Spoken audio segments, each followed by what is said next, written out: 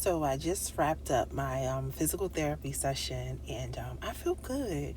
I was taken out of work because I was under so much stress, and like it was to the point where this arm, like it literally was just like this. Like I was holding my arm like this, and as somebody who is like very active, I would get up every morning and do yoga. I would go work out in the gym and lift weights, not too heavy. I will focus more on form and reps, but just as somebody who was like very active, it was like what the hell is going on? But I realized it was just stress from work, and I was just like carrying it here, and then like had my arm like this. So now that I'm doing physical therapy, like I'm starting to feel much better. And I do appreciate the fact that both of the physical therapists that I have, because I have 12 sessions, so I'm like split between two of them. They're two guys, and it's like they're really good vibes. Like I like prior to my relationships with my son's dad, from 2015 to 2020, like I was a very like people person. My mom always say that my brother and I, like we're like our dad, like very extroverted. But what I realized is that I'm an omnivert. I'm very extroverted, but I'm also very, very introverted. I think it just depends on the situation. But for a very long time, I'm very extroverted. Like I would just talk to any and everybody, and people would just always come to me and just like out of the blue just start talking to me. That was my wife. So like I thoroughly enjoyed my sessions and like and talking to them. Just I remember with my son's dad, just having this big bubbly personality and always talking to people, and people always feeling comfortable talking to me. And like we would go places, and like when we would leave those places, like he would just critique like the way that I interacted with people. And then he will always talk about how I can't, like he'll be saying to me like, oh, you had your legs open, like you trying to sell your pussy. And like, mind you, I'm 5'9", like I'm tall. So it's very uncomfortable for me to like anybody that's tall, it's uncomfortable when you sit in like in a movie theater at times, especially uncomfortable on airplanes, when you're sitting in bleachers. Like if you're sitting in a tight space and you have really long legs, it's uncomfortable. And then just I have a bad right knee, like I have this lump on my knee that my mom has too, and it's just uncomfortable for me sometimes. So I tend to sit like Geronimo with my legs open, and it's not because I'm selling pussy, it's more comfortable for me. But it was just like everywhere we went, this man would just like critique the way that I interact with people. I remember one time his cousin's her partner, rest his soul, he made some food, and like I was like eating the food, and I was like, oh my god, this is like so good.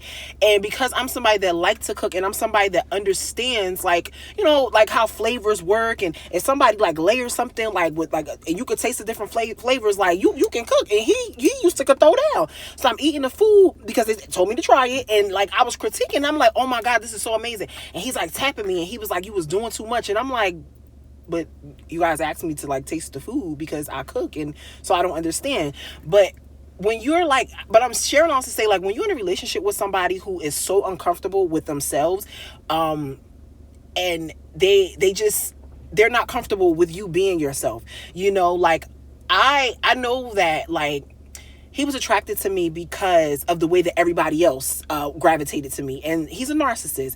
And what I learned about narcissists is that they like attention. And so he liked the attention that I got. But it was like once we got together, he couldn't handle that.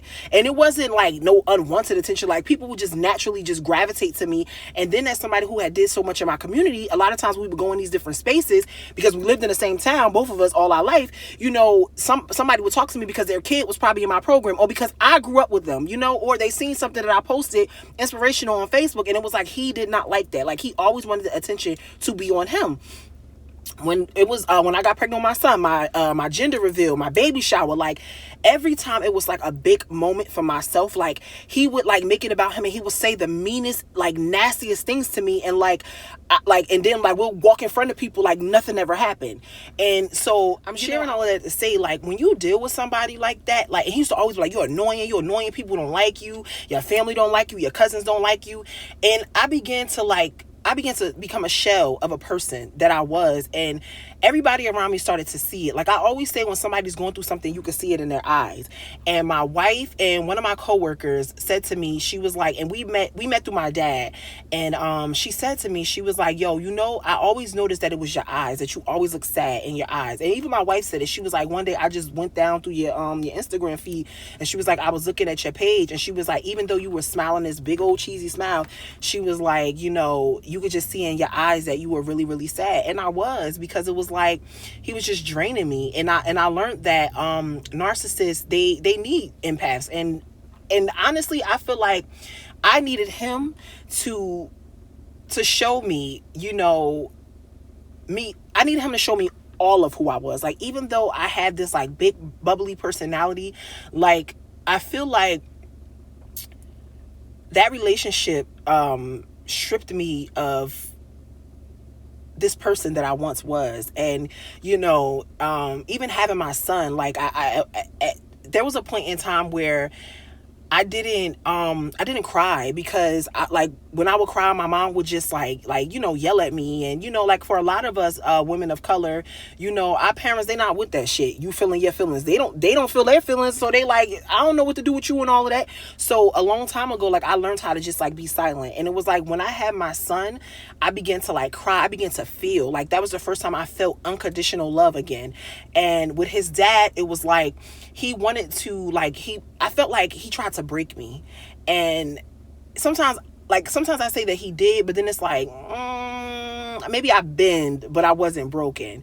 But it was like I had to be stripped of everything. And I feel like that relationship, it did strip me of everything. It did. And I'm trying to explain this as best, because I know what I'm feeling, but I'm trying to like articulate it as well.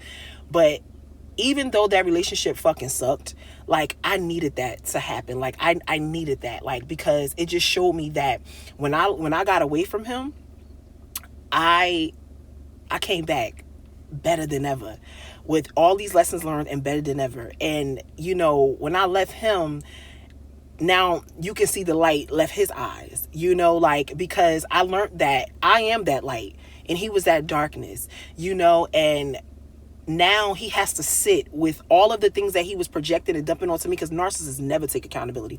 So all the things that he was projecting, 10, as I'm saying this, all the things that he was projecting onto me that made me think that I was crazy and made me think that I was doing all those things, like now he has to sit with that. Starting to feel good, y'all. Like I've been married for 4 years, and I've been with my wife for 5. And even though I've been with my son, Zaz, for 5 years, I've known him for about 11.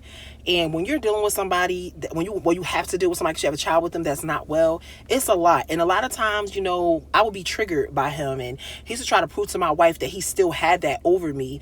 And for a while he did. And it took me a lot, between therapy and my ayahuasca journeys that I went on. I did 2 ceremonies, and just sitting with myself, and, you know, going into isolation, and like, you know, really, you know, because he used to always try to be like, everybody think that you're so perfect. And he used to try to highlight those shadow parts of myself. And so I'm grateful for him being that way to me, because I sat with those shadow parts of myself.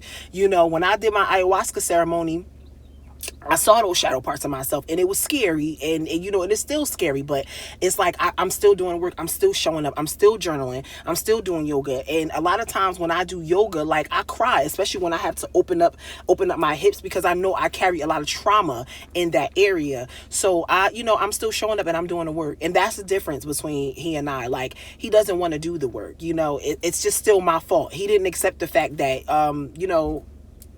you got to take accountability. And that's what I've been doing, taking accountability and seeing where I made mistakes in that relationship, and me picking him because it was like I was looking for a father figure. I was looking for somebody to protect me, because my dad, he not that type of dude. So I would always pick men that, you know, they were so dysfunctional, but it was like I know they could beat somebody up, and like that's what I was looking for, like protection. But my therapist brought it to my attention, like, protection, but do you feel safe? Do you really feel safe and protected by that person? And I didn't because every chance he got, he chipped away at my spirit. And I just left my therapy session, and I feel really good. Like, I really thoroughly enjoy talking to both of my therapists. One of them we talk about spirituality, because he was like commenting my earrings that I made myself, and not commenting, complimenting. And then my other therapist, he's a little younger, and we were talking about like wrestling, because I love me some wrestling, okay? WWE, and it was WWF when I was growing up. And so, you know, I'm just, and I was talking to him about how I'm into my younger therapists. I was talking to him about, you know, that I like to do content. He was like, you got the personality for it. So it's like, I am, you know, I'm enjoying getting back into that person, that, you know, that extroverted part of me that like to talk to people, and, you know, that good energy. And they both say to me like, yo, you got really good energy. And I appreciate that, because I know that I do. And I know that a lot of times I was surrounded around people who siphoned that energy from me, and then would try to be like, you suck as a person, but they wanted to still keep me around, and I would still allow myself to be around them, because it was like I needed them. I was attracted to them talking crazy to me, because that's how I grew up. My mom and dad would talk crazy to me, you know, so I needed that. I needed those friends. I needed those relationships where people talk crazy to me, and at the same time was siphoning my light. And now I'm in that space where I'm like, no, thank you. Like, this is for me. This is for me. This is my light. So yeah. All right, let me go about my business for the rest of the day. But I just wanted to share that, because yeah, I'm feeling good, feeling great. All right, y'all. Peace.